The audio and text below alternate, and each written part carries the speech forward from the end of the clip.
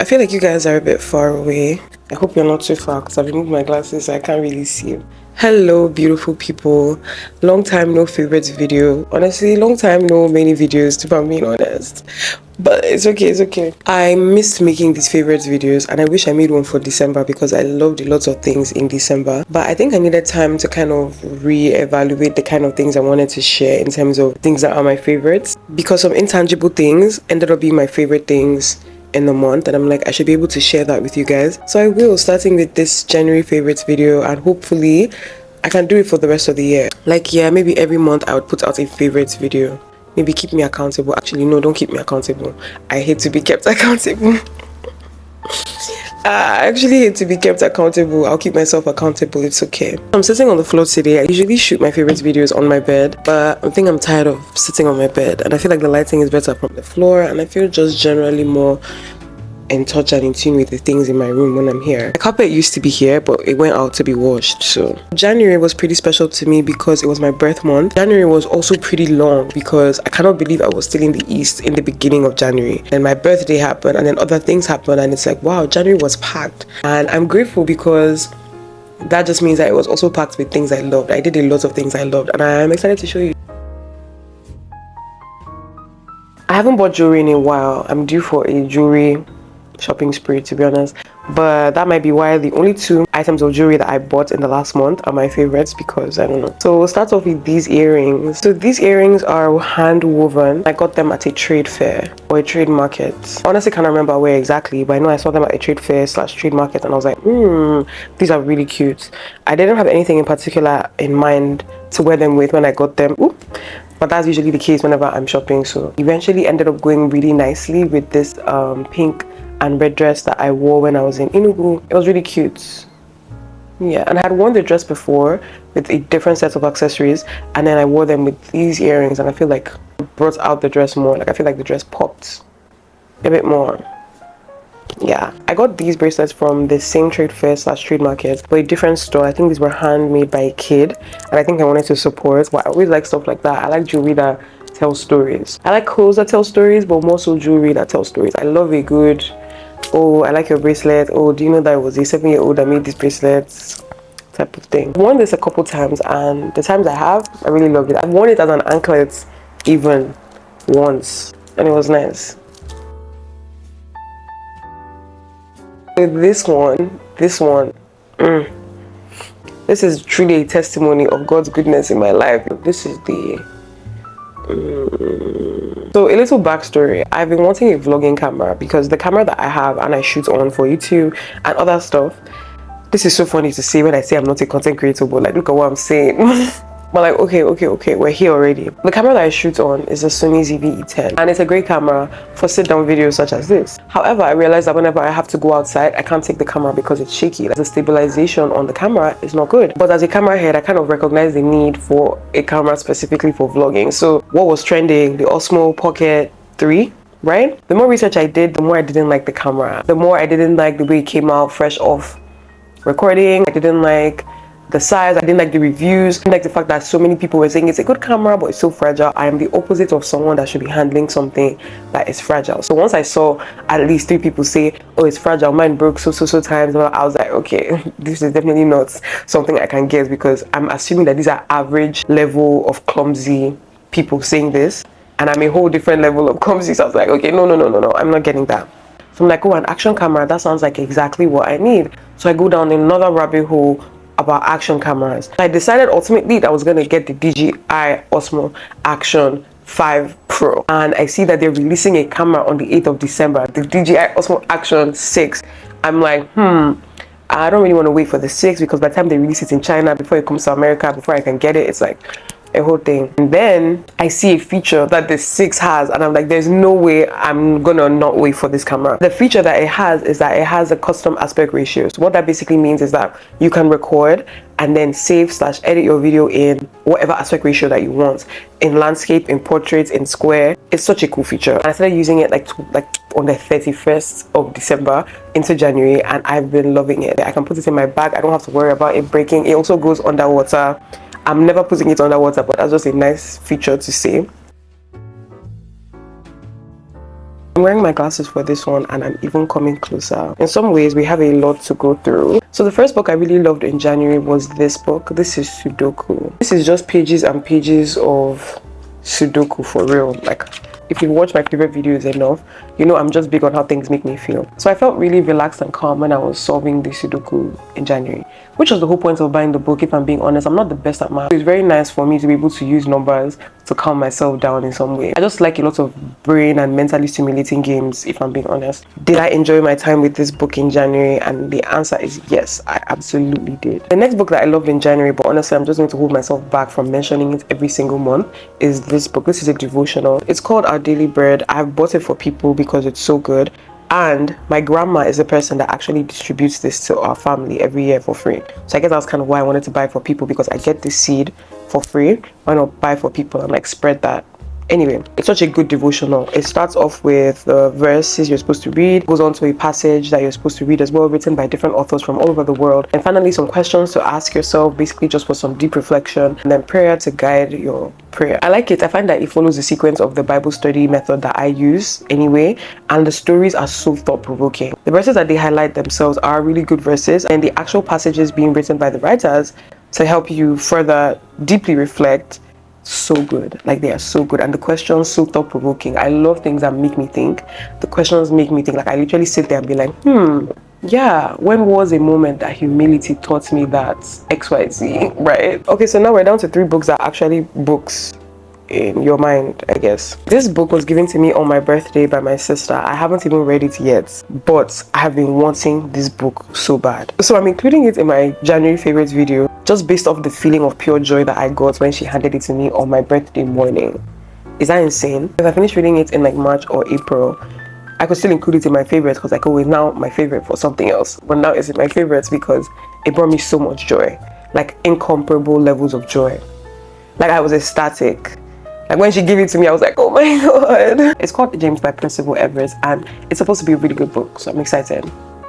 Finally, on to 2 books I've actually read but haven't finished. I've been reading these 2 books simultaneously, which is something I never do. This is Sweet Heat, and this is Welcome to the Hyum Nam Dong Bookshop, which is my first ever book by Korean author. I've been really excited about this book, so I don't know why I'm taking my sweet time. I think it's because I'm trying to read 2 books at the same time. I always read a book after the other, or I always watch a series or a movie after the other. I never watch things concurrently, but something just told me in December, oh, try and read these 2 books at the same time. I even took this one to Lagos, I read a bunch of it. I took this one to the East, I read a bunch of it, but then I've not been able to just finish anyone because I feel like I'm going from here to here to here. But from the parts I have read, I really like these books. This book is really calming, and this book is really interesting and really steamy. Like, I feel like I'm watching a series as I'm reading it. Some parts are like, okay, calm down, but everybody, let's be calming down. So far, like, it's actually a really good book. I hear it's even gonna get more steamy, so I'm low-key relishing it. Like, I'm savoring the book, but then I don't want to, because I have so many books that I haven't read, and somebody gave me a book gift card for my birthday that I haven't redeemed.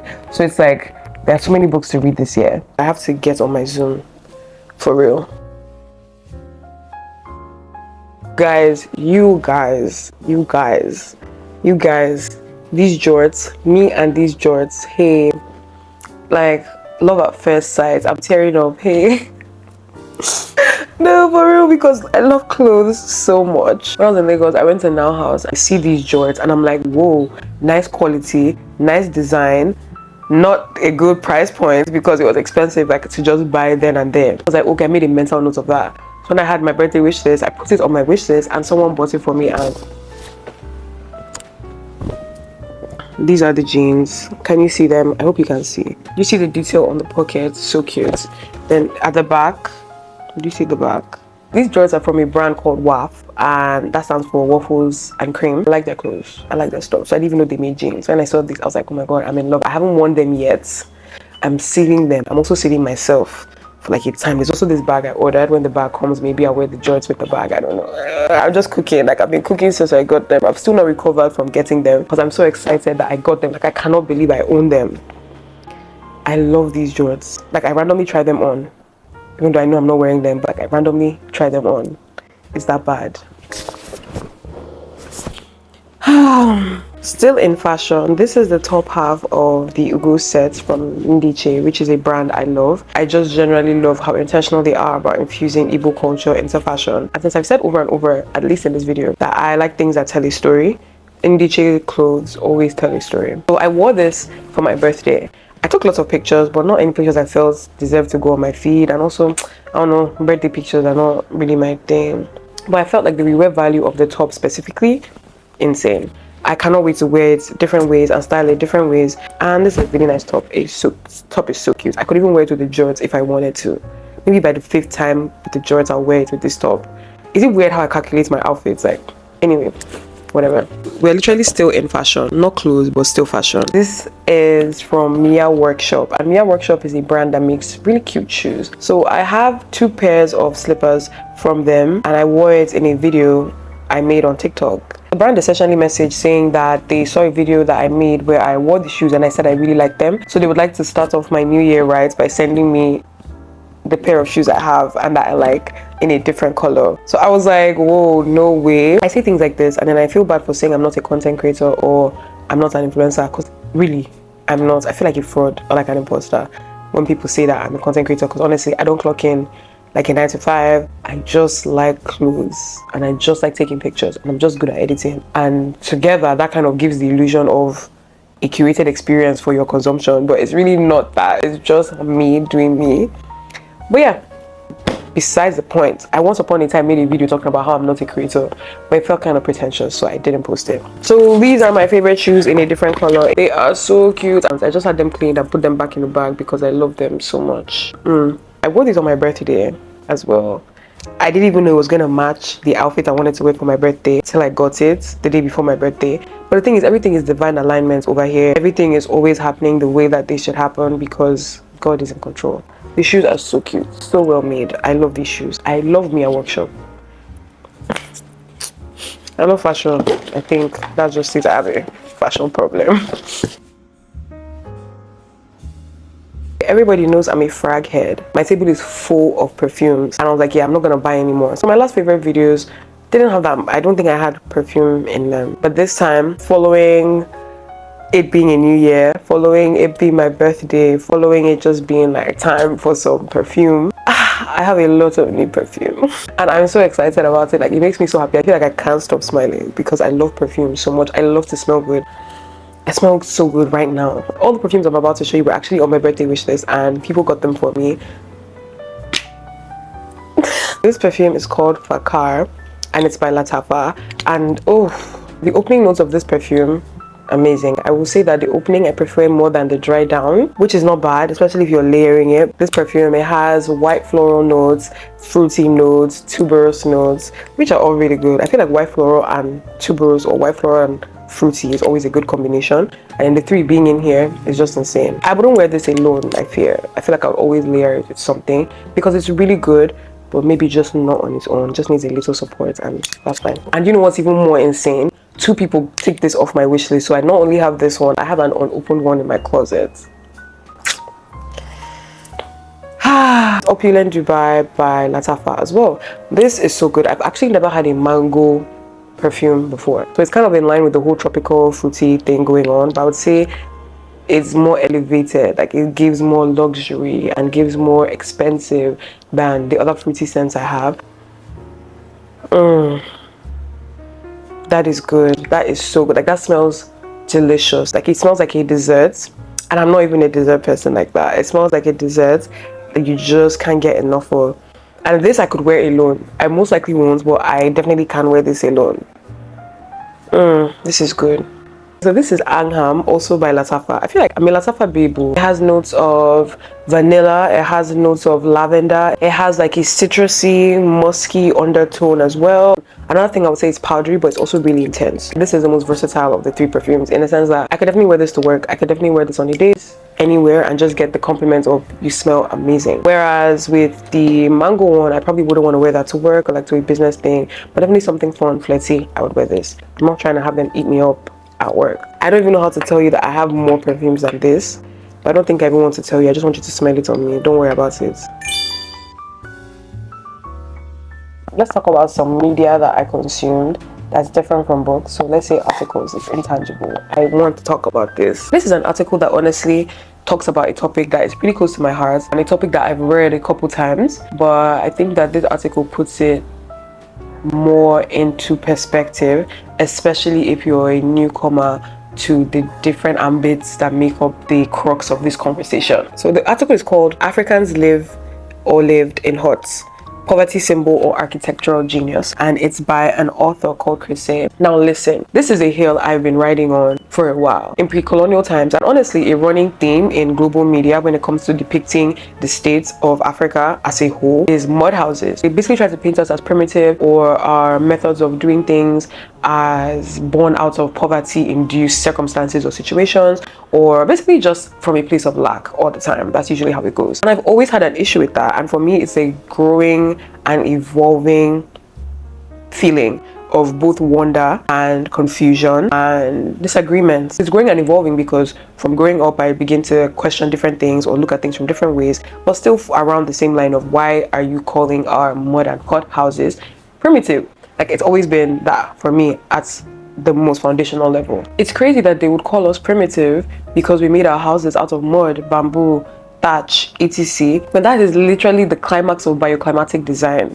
Like, that was as technologically advanced as it got, especially when you consider where we lived and our weather conditions and all of that. Like, we were cooking is what I'm trying to say. The more I learned and read about this, the more pissed I got at the colonial inheritance of this perspective that they try to push of us being primitive. At this point, I'm waffling. This is something that I'm always talking about, right? So I will never see a paper or an article about it and not read it, but this one particularly stood out to me because I feel like it touches everything that I wanted to touch on, how we've inherited that perspective and that mindset, and how that even seeps into the other things that we do, because now we're doing things in the ways we shouldn't be doing them just because the West said like the way we were doing things before is primitive. And that's a running theme in everything else. We can see that across so many things in our entertainment, in our commercial industry. We can see that everywhere, even in our schools, doing things the way the West would want them to be done as opposed to the way that's best for us. Oh yeah, so this article was a really good one to me. I really liked it. And on a completely separate note, I'm really into architecture. I love to read about buildings and the history of the buildings and the architect that designed the building and what they were thinking when they designed the building. I also like interior decoration. So infusing history into that, like I said, I like things with history. It's like,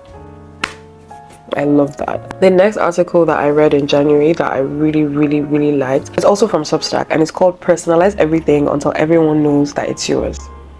Okay, so this article basically just talks about owning the things that you like without fear of scrutiny or without it being a performance, which is often the case with everything that's going on right now. So we have people who listen to music because that's what's cool or that's what's raining, and it's a double-sided thing, which I find so interesting. Like, people would listen to music because everyone is listening to it, but then people would also not listen to music because everyone is listening to it, or watch a movie because everyone is watching it. And it's like, that shouldn't matter. I can totally understand not wanting to quote-unquote give into peer pressure. However, if you're talking about a movie, music, clothes, like random stuff like that, it shouldn't matter like what everybody else thinks, whether they like it or whether they don't like it. We're found in an age where everybody kind of wants to fit in, and sometimes fitting in is doing something that not everyone else is doing, so you can fit in with the people that quote unquote don't fit in, like they're too niche. You want to be part of that niche group of people that don't XYZ. Let me give an example. Okay, you don't listen to Ira Star. Why? Because she's so mainstream. Everybody listens to her, everybody likes her. I'm so different. I listen to, I don't know who is not mainstream.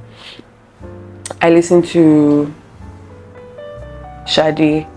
Maybe Shadi is a wonderful artist. I like her music, but I'm just saying that when you listen to her as an act of rebellion against like the rest of the world for listening to like mainstream stuff, you're performing. Like, at that point, we might as well just set up a stage for you and put the spotlight on you so you can start acting for real, because that is just what it is. So this article talks about personalizing your stuff and doing what you want and what you like, regardless of what people are saying. And it works in the opposite way. If you actually like an artist or a person or a thing or an act or a movie or a show or an outfit and everyone else doesn't seem to agree with that, that is totally fine. If you like it, it's okay, right? I feel like everyone is afraid to be cringe, everyone's afraid to be looked at a certain way, but that is what makes like life as wonderful as it is, the fact that we all like different things. I personally appreciate people that like different things. Even if I don't like those things, I can always respect it because I appreciate diversity a lot.